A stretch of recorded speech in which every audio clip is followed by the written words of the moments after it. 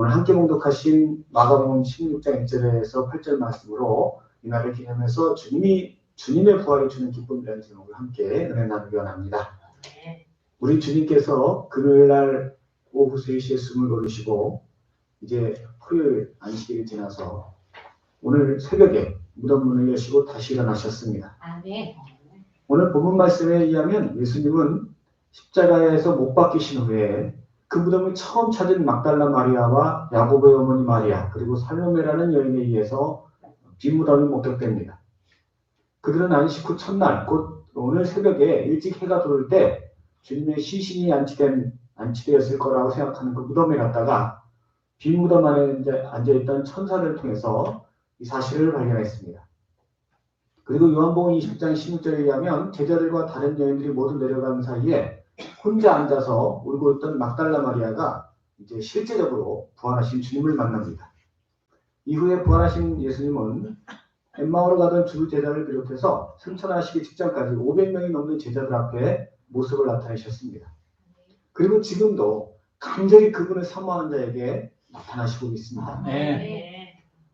사람이 이 땅에서 당할 수 있는 가장 큰 비극이 죽음입니다. 그런데 예수님이 이 죽음을 이기고 부활하셨을 뿐 아니라 요한복음 11장 25절 26절에서는 이 사실을 믿는 자는 다 그분과 함께 부활할 것이라고 약속하셨습니다. 그러므로 우리는 이 부활절을 맞이해서 진심으로 기뻐하고 하나님께 영광 돌려야 할 것입니다. 오늘 본문 8절에 보면 여자들이 몹시 놀라 떨며 나와 무덤에서 도망하고 무서워하며 아무 말도 못했다고 했습니다.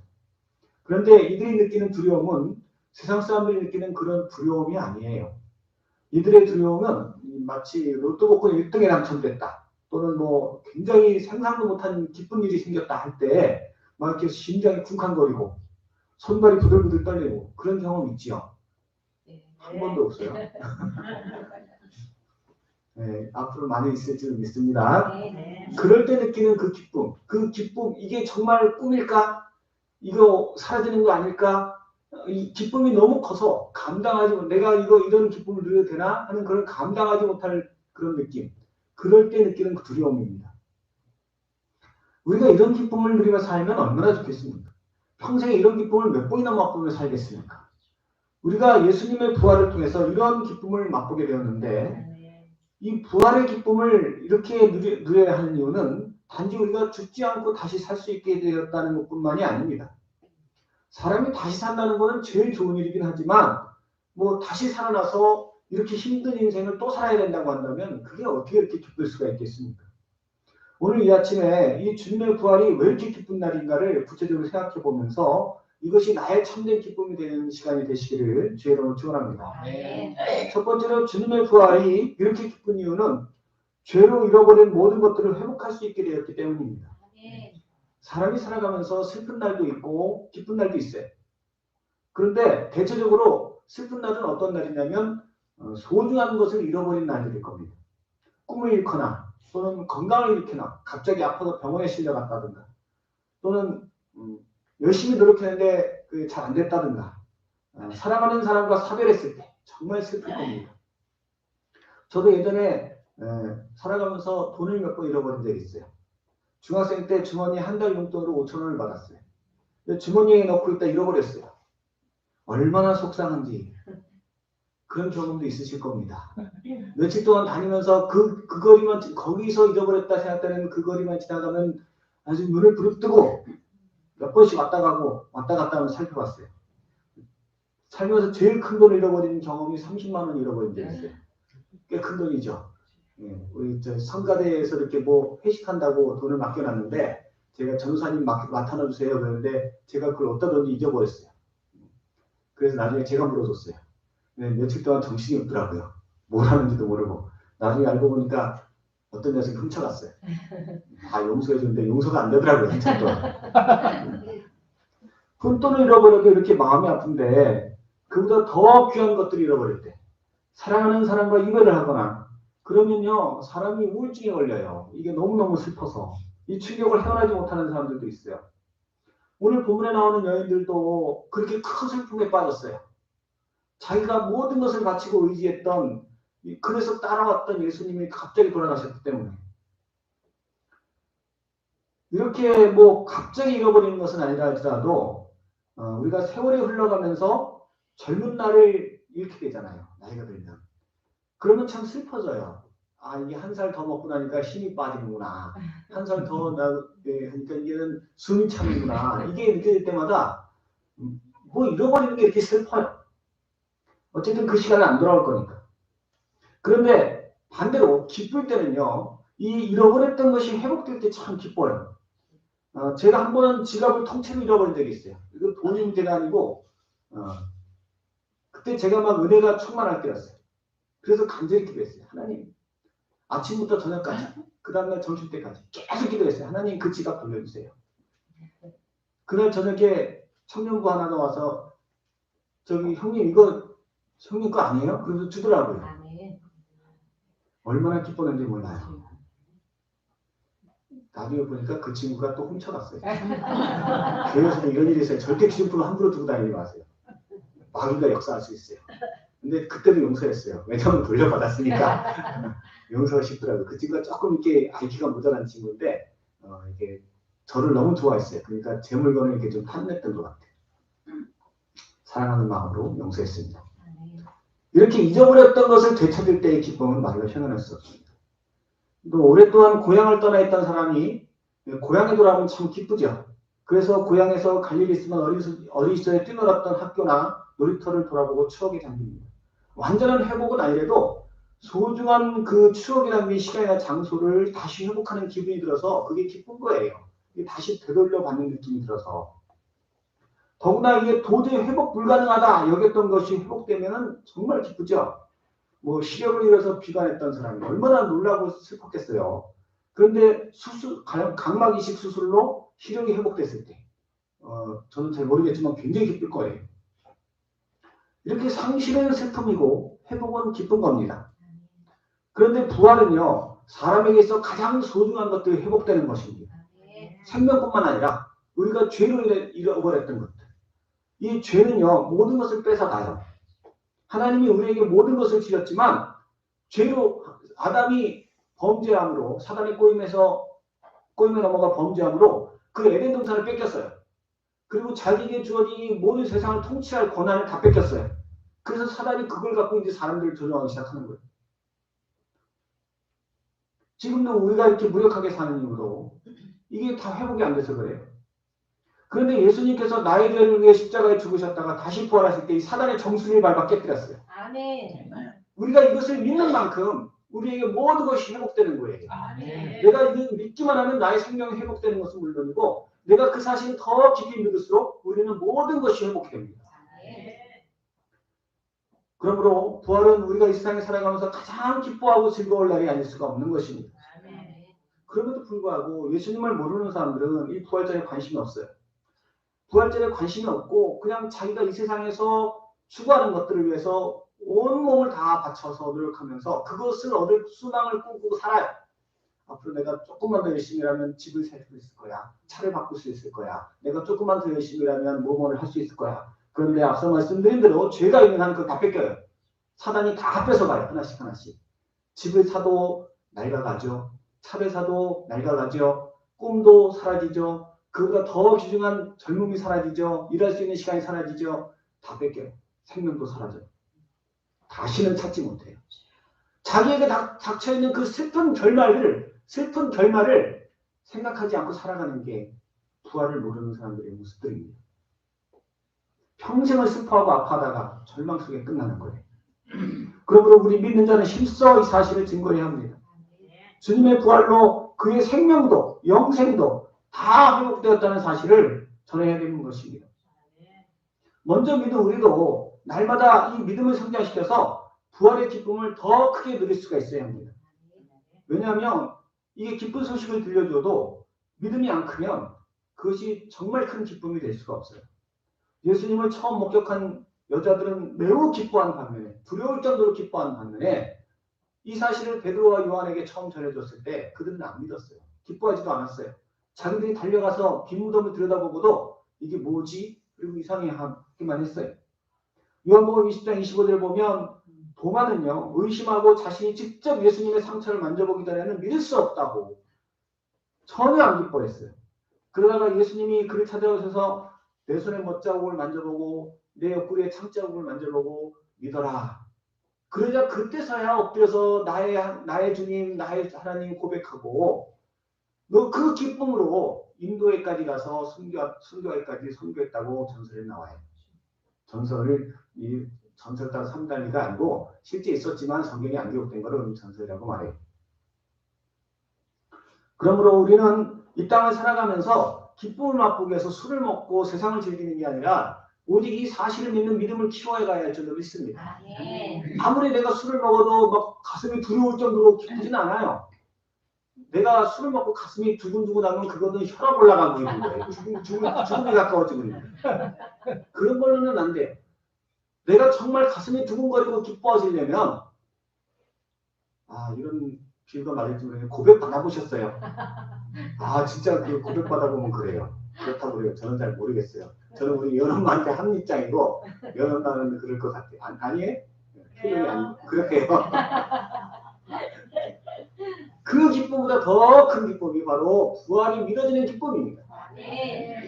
우리 모든 성도님께서 이 세상의 기쁨을 누리기 위해서 부활의 믿음을 키워간다면 이 시간 우리가 살아가는 동안에 설령 건강을 잃는다 할지라도 젊음을 잃는다 할지라도 다른 모든 것을 잃는다 할지라도 내 안의 기쁨만은 사라지지 않을 줄로 믿습니다. 두 번째로 우리가 부활의 소식에 기뻐하는 것은 누릴 수 없는 것을 누리게 되었기 때문입니다. 사람이 슬퍼하는 또 다른 이유는 남에게 있는 게 내게는 없을 때 그걸 느낄 때 슬퍼요. 그냥 나 혼자 살아갈 때 아무도 너나 나나 사는 게 다 가난하고 힘들다 그렇게 느끼면 이게 뭐 슬플 것도 없어요. 그런데 쟤는 잘 풀리는데 나는 안 풀려. 쟤는 뭐 큰 집 사는데 나는 여전히 초가집 살아야 돼. 이러면요 그때부터는 마음이 너무 힘들어요. 요즘 우리 사회가 분열되고 있습니다. 심하게 말하면 1%의 가진 자가 모든 걸 누리고 99%의 가지지 못한 사람들은 아무리 노력해도 그들이 가진 걸 소유할 수 없는 그런 상황이라고 합니다.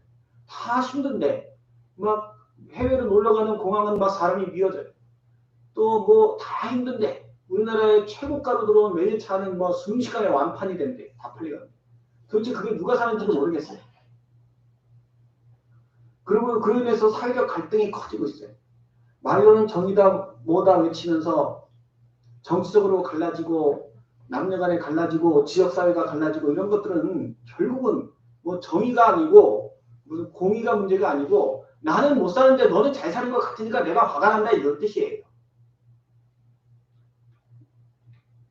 그런데 우리는 주님의 부활을 통해서 이 세상에서 누릴 수 없는 이 세상 어떤 사람들이 아무리 노력하고 아무리 탁월하고 아무리 똑똑해도 누릴 수 없는 것을 누리게 되었습니다.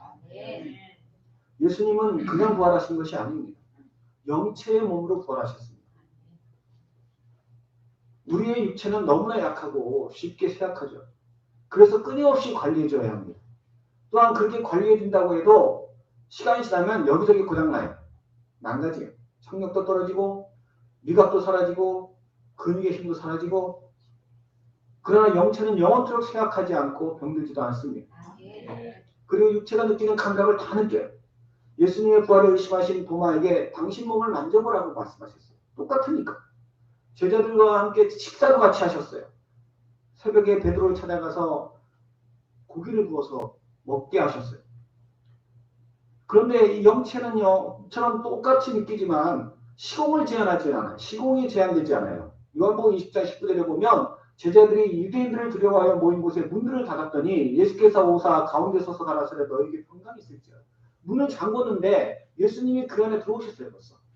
이 벽을 통과해서 들어오셨는데 어떻게 들어오시는지 몰라요. 시공을 초월해서 다니시는 거예요. 또 누가복음 24장 30절에 보면 엠마오로 가던 두 제자를 만나신 예수님이 저들과 함께 식사를 하시기에 축사를 하자 제자들이 비로소 그분이 예수님인 걸 깨달았는데 순간적으로 예수님이 다시 보이지 않게 되었다고 했어요. 이 말씀은 영체의 몸으로 부활하신 예수님은 한 곳에 이렇게 우리가 뭐 움직이려고 하면 참 이렇게 복잡하잖아요. 근데 그런 게 없다는 거예요. 우리도 부활하면 이런 몸을 갖고 살게 될 거예요. 이러한 영체로 살아갈 것을, 이러한 영체로 살면서 이 쉽게 더럽혀지고 오염되는 그런 세상이 아니라 햇빛같이 빛나는 저 아름다운 천국에 영생을 할 것입니다. 아멘. 세상에서 아무리 비싼 차, 아무리 비싼 옷도 어차피 낡고 사라집니다. 그러나 그것은 모든 것이 영원합니다. 그러므로 우리에게 기뻐할 이유가 있는 것입니다. 마지막으로 부활이 기쁜 이유는 누구보다 사랑하는 분이 다시 사랑하셨기 때문입니다. 우리가 이 땅에서 아무리 오래 살아도 내가 정말 사랑하고 나를 지극히 사랑하는 존재가 없으면 그 삶은 고통이에요. 우리가 사는 이유가 이렇게 교제하고 사랑 나누고 인정받고 사랑을 받고 주고 이게 삶의 의미지 그런 것이 하나도 없는데 무슨 삶을 살겠습니까? 그러나 내 곁에 진정으로 사랑하는 분이 함께 하신다면 그것은 정말 행복한 삶입니다. 그것이 바로 천국입니다. 천국은 죄가 없는 곳입니다. 이게 아무리 사랑스러워도 마음이 안 맞을 때가 있어요. 꼴보기 싫을 때도 있어요. 그렇죠? 아무리 사랑스러운 아기도 쥐어받고 싶을 때가 있어요. 차마 쥐어받지 못하지만 왜 이렇게 끝까지 오는 거야? 그 이유는 그 사람과 나 사이에 죄가 있기 때문에. 고양이나 강아지나 화초나 이런 것들은요. 사람보다는 덜 사랑스럽지만 꼴보기 싫은 때는 없어요. 그렇죠? 강아지가 꼴보기 싫은 때 있어요? 그냥 그럴 때는 없죠. 그냥 안 보면 그만이니까.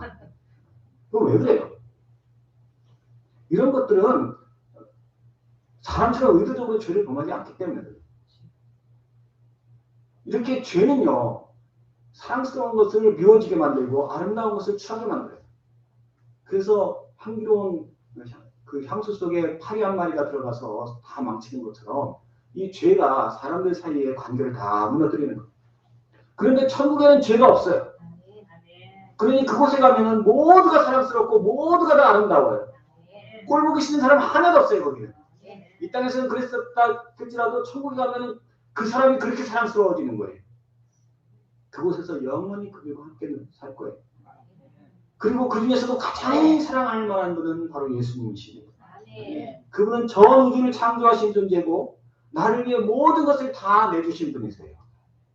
부활절은 바로 그분이 다시 사신 날이고 또 그 사실을 믿는 우리도 그분과 함께 영원히 살 것을 약속받은 날입니다. 세상 사람들이 부활절이 기쁘지 않은 이유는 이런 주님의 사랑을 모르기 때문입니다. 또한 내가 다시 살게 됐다는 사실도 모르기 때문입니다. 믿음의 성도도 마찬가지입니다. 내가 이 날을 정말 기뻐하지 못한다면 주님의 부활로 영생은 물론이고 이러한 은혜가 예비되어 있음을 믿지 못하기 때문입니다. 그래서 거듭났음에도 불구하고 여전히 세상 것에서 만족을 얻으려고 세상 것들을 얻으려고 시간과 마음을 쓰며 살아가는 겁니다. 그러나 우리가 어릴 때는 소유한 게 정말 뭔지 몰라요. 그래서 탕자처럼 아버지를 버리고 유산을 들고 먼 나라로 떠나기를 소원하기도 해요. 자기에게 가장 좋은 아버지의 사랑이 내게 가까이 있음을 모르고 먼 곳에서 살려고 그래요. 그러나 지혜로워지면 정말 소중한 게 무엇인지 그때는 압니다. 우리도 마찬가지입니다. 우리가 믿음이 적으면 지금 누리고 있는 그분의 사랑, 이제 곧 누리게 될 부활의 기쁨을 잘 몰라요. 그래서 당장 눈앞에 있는 세상의 자극적인 것들, 그런 것들을 찾게 되고 또 세상의 고통, 죄로 인한 어려움이 이런 기쁨보다 더 커서 우리가 신앙생활을 소홀히 할 수도 있어요. 그러나 분명한 것은 다시 말씀드리지만 이 세상에 속한 것들은 다 사라지게 될 거예요. 내가 시간을 들이고 마음을 들인 것들은 다 없어지게 될 거예요. 내가 평생을 공부했는데 그거 없어져요. 모든 학자들이 다 열심히 노력하고 논문을 쓰고 책을 내지만 한 10년쯤 지나면 그보다 더 좋은 이론이 나오기 때문에 그거 다 없어져요. 의미가 없어져요. 또 뭐 모든 사람들이 애를 쓰며 살지만 시간이 지나면 다 잊혀지는 거예요. 내 이름도 잊혀지고 존재도 잊혀지고 다 사라지는 거예요. 오직 영원한 것은 주님의 사랑뿐입니다. 아멘. 그러므로 우리는 이 날을 기뻐하고 우리에게 주님의 생명을 주신 하나님 아버지를 날마다 찬송하는 한편에 이 복된 소식을 모두에게 증거하는 삶을 살아야 주는 믿습니다. 아멘. 우리 모든 성도님께서 이러한 소식을 모든 사람에게 전파함으로 죄악과 허물로 고통하며 아무 소망 없이 육신의 만족을 위해 허덕거리며 살아가는 모든 이들로 함께 기뻐하며 주님 앞에 영광 돌리는 삶이 되도록 하시는 주의 백성 되시기를 주님의 이름으로 축원합니다. 아멘. 이 말씀을 정리하겠습니다. 오늘은 예수님이 부활하신 날입니다. 가장 기쁜 날입니다. 이 날의 기쁜 이유는 죄로 인해 잃어버린 것들을 회복할 수 있게 되었기 때문입니다. 다시 말씀드리면 내 생명뿐만 아니라 죄로 인해 잃어버렸던 내 건강, 내 시간, 내 꿈, 내 소망 이게 다 회복되는 거예요. 주님 안에서. 아니 그럼 예수 믿으면 젊어져요? 다시 어려져요? 아 그렇죠. 우리 몸은 늙어가지만 우리 꿈이 새로워져요.